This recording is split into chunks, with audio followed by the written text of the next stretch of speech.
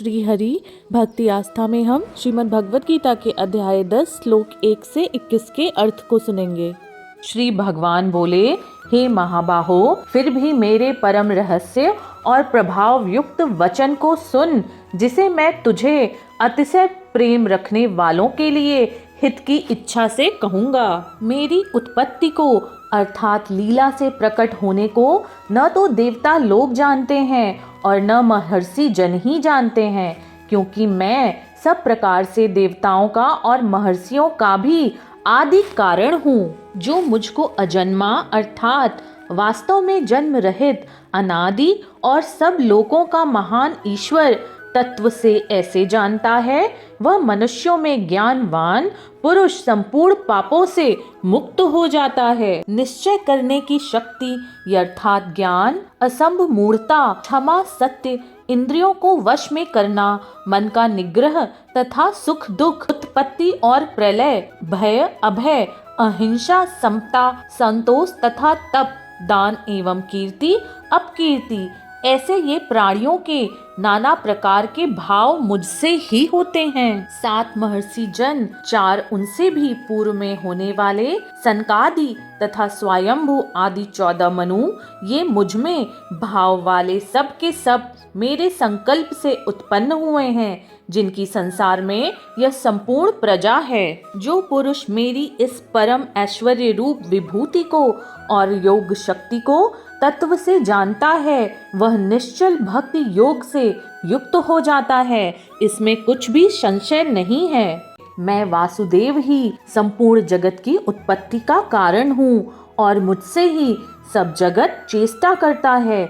इस प्रकार समझकर श्रद्धा और भक्ति से युक्त बुद्धिमान भक्त जन मुझ परमेश्वर को ही निरंतर भजते हैं। निरंतर मुझ में मन लगाने वाले और मुझ में ही प्राणों को अर्पण करने वाले भक्तजन मेरी भक्ति की चर्चा के द्वारा आपस में मेरे प्रभाव को जानते हुए तथा गुण और प्रभाव सहित मेरा कथन करते हुए निरंतर संतुष्ट होते हैं और मुझ वासुदेव में ही निरंतर रमण करते हैं। उस निरंतर मेरे ध्यान आदि में लगे हुए और प्रेम पूर्वक भजने वाले भक्तों को मैं वह तत्व ज्ञान रूप योग देता हूँ, जिससे वे मुझको ही प्राप्त होते हैं। हे अर्जुन, उनके ऊपर अनुग्रह करने के लिए उनके अंतःकरण में मैं स्थित हुआ, स्वयं ही उनके अज्ञान जनित अंधकार को प्रकाश में तत्व ज्ञान रूप दीपक के द्वारा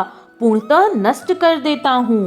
अर्जुन बोले, आप परम ब्रह्मा, परम धाम और परम पवित्र हैं, क्योंकि आपको सब ऋषिगण सनातन दिव्य पुरुष एवं देवों का भी आदि देव, अजन्मा और सर्वव्यापी कहते हैं। वैसे ही देवर्षि नारद तथा असत और देवल ऋषि तथा महर्षि व्यास भी कहते हैं, और आप भी मेरे प्रति कहते हैं। हे केशव, जो कुछ भी मेरे प्रति आप कहते हैं, इन सबको मैं सत्य मानता हूँ।